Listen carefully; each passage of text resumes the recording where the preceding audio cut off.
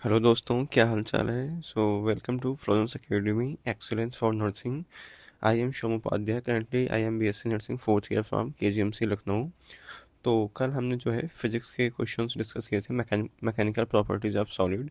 तो अगर अभी तक आप लोगों ने उसको नहीं देखा है तो आप जाके उसको देख लो, अपलोड है। और बाकी देखो, हम अपने चैनल पर जो है फिजिक्स केमिस्ट्री बायो की अभी फ़िलहाल पूरा मतलब चैप्टर वाइज क्वेश्चंस प्रैक्टिस की एक सीरीज़ चला रहे हैं। तो इसका प्लेलिस्ट मैं बना दिया हूँ। अगर उसमें अभी जितने प्रीवियस चैप्टर्स हैं उनके सबके वीडियोस जो हैं अपलोड हैं, आप जाके उसको देख लो। ठीक है। तो और आई होप कि आप सब एकदम यार बढ़िया हो गए हो, तैयारी भी जो आपकी अच्छी चल रही होगी। अगर नहीं चल रही तो अभी उसको अच्छे से आप पढ़ाई करो, क्योंकि अब आपके समझो कि टाइम जो है बहुत कम ही बचा है। और अगर अच्छे से आपको एक अच्छा कॉलेज चाहिए, एक अच्छे गवर्नमेंट कॉलेज में सिलेक्शन चाहिए, तो आपको देखो मेहनत करनी पड़ेगी और सबसे हट के करनी पड़ेगी। क्योंकि अभी देखो सब लोग एकदम मस्त अपना ठीक है सो रहे होंगे वो एकदम, और आराम से सोच रहे होंगे कि ठीक है 2-3 महीने पहले पढ़ लूँगा हो जाएगा। लेकिन अब ऐसा नहीं होने वाला कि आप 2 महीने पढ़ के आप सिलेक्शन ले लो। ऑल्दो अगर आप पहले से नीट या फिर किसी और की कोचिंग कर रहे हो तो फिर ठीक है। अगर आप सिर्फ आप आप जैसे 12 पास आउट हो, तो अगर आप सोच रहे हो कि हाँ मैं 1-2 महीने पहले पढ़ के सिलेक्शन ले लूँगा, तो देखो ऐसा पॉसिबल नहीं है। आपको मेहनत करनी पड़ेगी और अच्छी खासी मेहनत मेहनत करनी पड़ेगी। और इसलिए मैं बोल रहा हूँ कि अभी से मैं क्वेश्चंस प्रैक्टिस जो करा रहा हूँ, आप लोग करना शुरू कर दो। और बहुत ही इंपॉर्टेंट क्लासेस हैं, ठीक है। जो क्वेश्चंस हैं ना, बहुत ही इंपॉर्टेंट है आपके एग्ज़ाम के पॉइंट ऑफ व्यू से। ठीक है, तो चलो आज जो है हम लोग जो क्वेश्चंस प्रैक्टिस करेंगे वो बायोलॉजी का लिविंग वर्ल्ड, इसका पार्ट 2 डिस्कस करेंगे। पार्ट 2 आपका पहले ही हो चुका है, अपलोड है चैनल पे, और प्लेलिस्ट में भी मैं इसको डाल दिया हूँ, आप जाके वहाँ से देख लेना। ठीक है, तो चलो क्वेश्चन शुरू करते हैं। तो सबसे पहला जो क्वेश्चन है कि which of the following is the correct example of binomial nomenclature. निम्नलिखित में से द्विपद नामकरण का सही उदाहरण कौन सा है। देखो, होमोसेपियंस, होमोसेपियंस, होमोसेपियंस तो जो ह्यूमंस होते हैं, इन सब का जो मतलब होता है साइंटिफिक नेम क्या होता है, होमोसेपियंस तो होता है। लेकिन इस क्वेश्चन को सही करने के लिए आपको थियोरेटिकल आना बहुत ज़रूरी है। तो देखो, इसमें जो पहला होता है वो क्या होता है, फर्स्ट वर्ड जो होता है जीनस होता है। ठीक है, इसमें देखो जो फर्स्ट वर्ड होता है मैं लिख देता हूँ इसको आपको, ठीक है, ताकि देखो साथ साथ देखो मैं अपने कॉन्सेप्ट भी बताते आपको चलता हूँ। ठीक है, तो इसलिए बहुत इंपॉर्टेंट क्लासेस होती हैं हमारी, फर्स्ट और सेकंड वर्ड। जो फर्स्ट वर्ड होता है जीनस होता है, और जो सेकंड वर्ड होता है ना वो क्या होता है, स्पीसीज होता है। तो देखो ये जो होता है इसकी स्टार्टिंग जो होती है ना, वो कैपिटल से होती है, और इसकी जो होती है स्मॉल से होती है। ठीक है, तो अब देख लो इसमें कौन सा कैपिटल से है कौन सा स्मॉल है। देखो पहले दोनों कैपिटल से हैं, नहीं गलत हो गया। दोनों स्मॉल से हैं, गलत हो गया। ये देखो ये भी गलत है आपका। एक कौन सा ऑप्शन सही है आपका, सी ऑप्शन सही होगा, होमो सैपियंस। ठीक है, तो आगे ऐसा कोई क्वेश्चन आए तो आप लोग इसको कर लेना। इसको जीनस बोलते हैं या स्पीसीज होता है। ठीक है, तो आगे चलते हैं, अगला क्वेश्चन देखते हैं। The term Systema Naturae is associated with. आगे चलते हैं, अगला क्वेश्चन देखते हैं। The term Systema Naturae is associated with. Systema Naturae शब्द जो है किससे संबंधित है, Darwin theory, Linnaeus classification, Haeckel biogenetic law, Aristotle ladders of life. तो 27 का देखो जो होगा कौन सा ऑप्शन सही है यहाँ पे, इसका बी ऑप्शन सही होगा, लीनियस। तो सिस्टेमा नेचुरी देखो एक बुक है, इसको कैरोलस लिनियस ने लिखी थी। जो सिस्टेमा नेचुरी लिखा है ना, ये क्या है, एक बुक है। ठीक है, इसको किसने लिखा था, कैरोलस लिनियस ने लिखा था। और जिसमें क्या है कि वर्गीकरण मतलब क्लासिफिकेशन और बाइनोमियल नोमेनक्लेचर को इसमें बताया गया था। ठीक है, तो इसको याद रखना। अगला क्वेश्चन है कि who defined species as a group of actual और potentially interbreeding natural population. Species को प्राकृतिक जनसंख्या के ऐसे समूह जो परस्पर प्रजनन कर सकते हैं के रूप में किसने परिभाषित किया था। तो डार्विन, मेयर, लिनियस एंड वीटेकर। तो क्या होगा इसका, कौन सा ऑप्शन सही होगा यहाँ पे, यहाँ पे होगा अर्नेस्ट मेयर होगा। ठीक है, अर्नस्ट मेयर इनका पूरा नाम है। तो इन्होंने क्या किया था कि स्पीसीज को वे प्राकृतिक जनसंख्या समूह बताया था जो आपस में क्या करते हैं, प्रजनन करते हैं। ठीक है, ठीक है, तो ये भी क्वेश्चन इंपॉर्टेंट है, याद रखना। अगला क्वेश्चन है 29 नंबर। इसमें बोल रहा है कि which among following is not a taxonomic category. निम्नलिखित में से कौन सा वर्गीकरण श्रेणी नहीं है? Kingdom, classification, taxon and phylum. ठीक है, तो देखो जो मतलब टैक्सॉन होता है, टैक्सॉन ना किसी भी वर्गीकरण की इकाई को कहते हैं, मतलब कि यूनिट। यह स्वयं श्रेणी जैसे मतलब जीनस, स्पीसीज, क्लास ना ऐसे नहीं है। ठीक है, तो क्या है, एक मतलब एक खुद में एक यूनिट है, और बाकी सब लोग क्या है, कैटेगरी है ना तो क्या होगा, टैक्सॉन। ठीक है, अगला question, the hierarchy of classification was first given by. वर्गीकरण का श्रेणी क्रम सबसे पहले किसने दिया था? ऑप्शन है कैजुलस Linnaeus, Aristotle, Whittaker and Theophrastus. तो क्या होगा इसका जो है सही ऑप्शन होगा लिनियस। ठीक है, फर्स्ट ऑप्शन जो है इसका 30 का फर्स्ट ऑप्शन सही होगा। ठीक है, आधुनिक श्रेणी क्रम सबसे पहले किसने दिया था? कैजुलस लिनियस ने। ठीक है, इसे हम बोलते हैं क्या, मॉडर्न मॉडर्न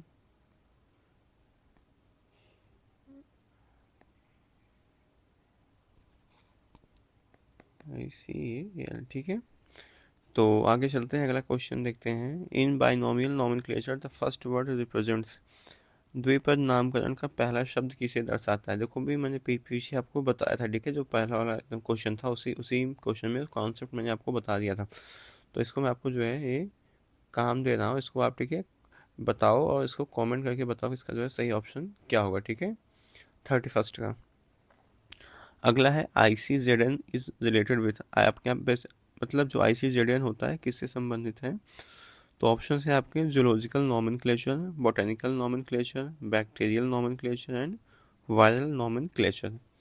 तो इसमें देखो जो मतलब आपका जो फर्स्ट वर्ड होता है, Linnaeus created modern hierarchical classification system. ठीक है, तो उसके बाद अगर जो ICZN होता है, अगर इसका फुल फॉर्म आपको मैं बताऊं तो इसका फुल फॉर्म जो होता है ये होता है इंटरनेशनल, अभी आपको इसके फुल फॉर्म से ही क्लियर हो जाएगा, TIO, code of international code of zoological international code of zoological nomenclature.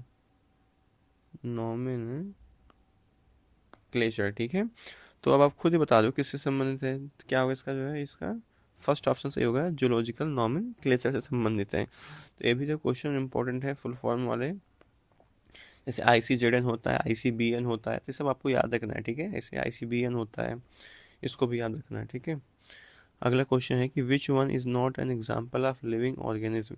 निम्नलिखित में से कौन सा जीवित प्राणी का उदाहरण नहीं है? Virus, bacteria, fungus and protozoa. ठीक है, तो देखो जो वायरस ना, वायरस आर एसिल्यूलर। जो वायरस होते हैं ना, वायरस कैसे होते हैं, एसिल्यूलर होते हैं, and non living outside host के रहते हैं। ठीक है, वायरस जो है निर्जीव माने जाते हैं, होस्ट के बाहर होते हैं। ठीक है, तो क्या होगा इसका जो है फर्स्ट ऑप्शन सही होगा, वायरस। ठीक है, अगला है the father of botany is. वनस्पति विज्ञान के जनक कौन है? Aristotle, Theophrastus, Linnaeus and Darwin. ठीक है, तो सबको पता है कौन है, थियोफ्रास्टस। देखो ये जो मैं क्वेश्चंस करा रहा हूँ काफ़ी इंपॉर्टेंट है, इसको ठीक है याद करते चलना, मतलब या फिर कहीं आप इसकी जो, और हाँ इसका जो मतलब PDF है ये टेलीग्राम चैनल पे अपलोड कर दूंगा, वहाँ से जाके आप इसको डाउनलोड कर लेना। ठीक है, तो अगर अभी तक ज्वाइन नहीं किया तो आप लोग जाके ज्वाइन कर लो। देखो यहाँ पे चैनल का जो है वो लिंक लिखा भी है, माई फ्लुएंस एकेडमी, जाके आप सर्च करोगे तो वहाँ चैनल आ जाएगा। बाकी इसका जो लिंक है उसको मैं डिस्क्रिप्शन बॉक्स में डाल दूंगा, वहाँ से भी जाके आप जो है इसको ज्वाइन कर सकते हो। ठीक है, आगे चलते हैं, अगला क्वेश्चन देखते हैं। इसमें कि which among following represent correct taxonomic hierarchy of mango. आपको मैंगो का जो है वो करेक्ट बताना है हायरार्ची। तो सबसे पहले देखो जो इसका सही हायरार्ची होता है ना, प्लांटिंग, हाँ बिल्कुल सही है। एंजियोस्पर्म होता है, डाइकोटिलेडन होता है, एंड सेपिंडल्स, हाँ बिल्कुल सही बात है। एनाकार्डियेसी सही, मैंगीफेरा एंड इंडिका तो देखो अगर सही, इसका तो पहला ही ऑप्शन सही हो गया। देखो जो ऐसे बड़े क्वेश्चंस होते हैं ना, उनका मोस्ट प्रोबेबली होता है पहला ही ऑप्शन सही ही होता है। तो इसका कौन सा ऑप्शन सही होगा 31st का? फर्स्ट ऑप्शन जो सही होगा, Plantae angiosperm and dicotyledon and Sapindales and Anacardiaceae Mangifera indica, इसका सर्व जीनस स्पीसीज हो गया। ठीक है, तो आगे चलते हैं, अगला क्वेश्चन देखते हैं। In in the scientific name Solanum tuberosum and Solanum represent. तो देखो सबसे पहले जो सोलेनम ट्यूबरोसम होता है, ये किसका होता है? आलू का, जो पोटैटो का जो है, ये साइंटिफिक नेम है किसका? पोटैटो का। ठीक है, और इसमें जो सोलेनम होता है, क्या तुम्हें आपको पता था सोलेनम जो क्या होता है? जीनस होता है। अब लास्ट वाला क्या है? स्पीसीज होता है। तो क्या होगा इसका 36 का बी ऑप्शन जो है वो सही होगा। अगला है टैक्सोनॉमिक स्टडी हेल्प्स इन। तो ठीक है, taxonomic study of various species of plant and animals help in. निम्न विभिन्न प्रजातियों का वर्गीकरण अध्ययन किससे सहायक है? Knowing biodiversity, developing of agriculture, identifying useful and harmful organism and all of these. तो 37 क्या होगा? ये यहाँ पे इसका जो है वो डी ऑप्शन से होगा, ऑल ऑफ दीज, सभी होंगे लगभग जितने ऊपर से नीचे दिए गए हैं। ठीक है, किसमें? टैक्सोनॉमिक स्टडी में सारे आते हैं। ठीक है, अगला है which of the following is the basic unit of classification. Classification की सबसे बेसिक यूनिट मतलब सबसे छोटी इकाई कहाँ से शुरुआत होती है अगर देखा जाए तो species, genus, family and order. तो क्या होगा इसका? सबसे छोटा क्या होता है? स्पीसीज होता है ना। ठीक है, तो क्या होगा इसका? फर्स्ट ऑप्शन जो हो सही होगा। इसको याद रखना, बहुत इंपॉर्टेंट क्वेश्चन में स्टार मार्क कर देता हूँ, एग्जाम में आपसे जो है पूछा जा सकता है। अगला है कि which one is the lowest taxonomic category. निम्नलिखित में से कौन सी जो है सबसे निम्न वर्गीकरण श्रेणी है? ठीक है, तो ये तो क्वेश्चन आई थिंक पीछे हो चुका है। ठीक है, तो क्या होगा 39 का? स्पीसीज, इसका भी वही होगा। ठीक है, अगला है virus are considered as a living during. Virus को जीवित माना जाता है जब they show growth, they reproduce inside the host cell, they are outside the host and they form crystals. तो देखो जो वायरस ना, वायरस केवल होस्ट सेल में ही जीवित माने जाते हैं, बाकी अगर कहीं बाहर होते हैं तो क्या हमें वो निर्जीव मतलब नॉन लिविंग माने जाते हैं। तो क्या होगा इसका जो है 40 का बी ऑप्शन सही होगा, they reproduce inside host cell. ठीक है, अगला है taxa at same level of hierarchy are called. वर्गीकरण श्रेणी में समान स्तर पर टैक्सन को क्या कहा जाता है? Sub species, categories, taxonomic ranks and sister groups. तो क्या होगा यहाँ पे? Sister groups. ठीक है, अगला है which is the largest taxonomic category. सबसे बड़ा जो है वर्गीकरण स्तर कौन सा है? Phylum, class, kingdom and species. तो सबसे बड़ा क्या होता है? किंगडम होता है ना। तो ये सब देखो, अगर आप नहीं कर पा रहे हो तो आप जाके फिर से एक बार थियरी जो है पढ़ो, और वहाँ से आप जाके क्वेश्चंस फिर आके करो। ठीक है, तो इसलिए मैं आपसे बार बार बोल रहा हूँ कि पढ़ाई अभी शुरू कर दो, कि सिलेबस काफ़ी फास्ट है, आपको टाइम लगेगा सिलेबस को कवर करने में। ठीक है, तो आगे चलते हैं, अगला क्वेश्चन देखते हैं। The defining property that differentiate living from non living. जीवित और निर्जीव में भेद करने वाली परिभाषित विशेषता क्या है? ये सब देखो एनसीईआरटी की लाइन बाय लाइन से क्वेश्चन है, तो इसलिए मैं बोल रहा हूँ एनसीईआरटी जाके पढ़ोगे जब तक क्वेश्चन आपसे होंगे नहीं। तो पहला क्या होगा? Reproduction, metabolism, growth and consciousness. ठीक है, तो क्या होगा इसका जो है वो सही ऑप्शन क्या है? मेटाबॉलिज्म। तो metabolism is a defining property of living organism. ठीक है, बाकी रिप्रोडक्शन भी देखो लिविंग नॉन लिविंग दोनों में होता है, ग्रोथ भी दोनों में होता है, कॉन्शियसनेस इसको हम नहीं कह सकते हैं कि होता है दोनों में, बट जो मेटाबॉलिज्म होता है सिंपली लिखा हुआ है एनसीईआरटी की लाइन में, metabolism is defining property of living organism. ICBN देखो, पीछे मैंने आपसे आईसीजेडएन बोला था, अब आईसीबीएन आ गया ना। ICBN was replace by. तो देखो आईसीबीएन का सबसे पहले तो फुल फॉर्म जान लो। इसका फुल फॉर्म होता है international international classification of international classification of botanical nomenclature. ठीक है, तो ICBN जगह मतलब किसने ली, ICZN, ICN and ICPN and IBPN। तो इसका सही ऑप्शन क्या है यहाँ पे, बी होगा। ठीक है, ICN का फुल फॉर्म होता है इंटरनेशनल कोड ऑफ नॉमेनक्लेचर। ठीक है, अगर बताऊँ तो इसका होता है international code of nomenclature for algae, fungi and plants। ठीक है, तो क्या होगा, ICN। अगला है 45 species that are morphologically similar but reproductively isolated is called. दो प्रजातियां जो समान रूप से समान लेकिन प्रजनन की दृष्टि से पृथक हों उन्हें क्या कहते हैं, cryptic species, sibling species, subspecies and hybrid species.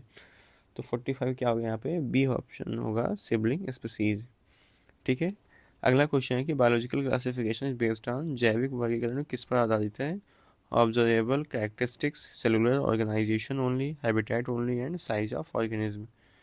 तो क्या होगा इसका, ऑब्जर्वेबल कैरेक्टरिस्टिक्स, मतलब कि फर्स्ट ऑप्शन इसका सही होगा।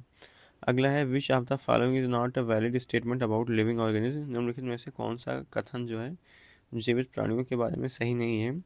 तो they reproduce asexual only, they exhibit metabolism, they grow from inside and they respond to stimuli.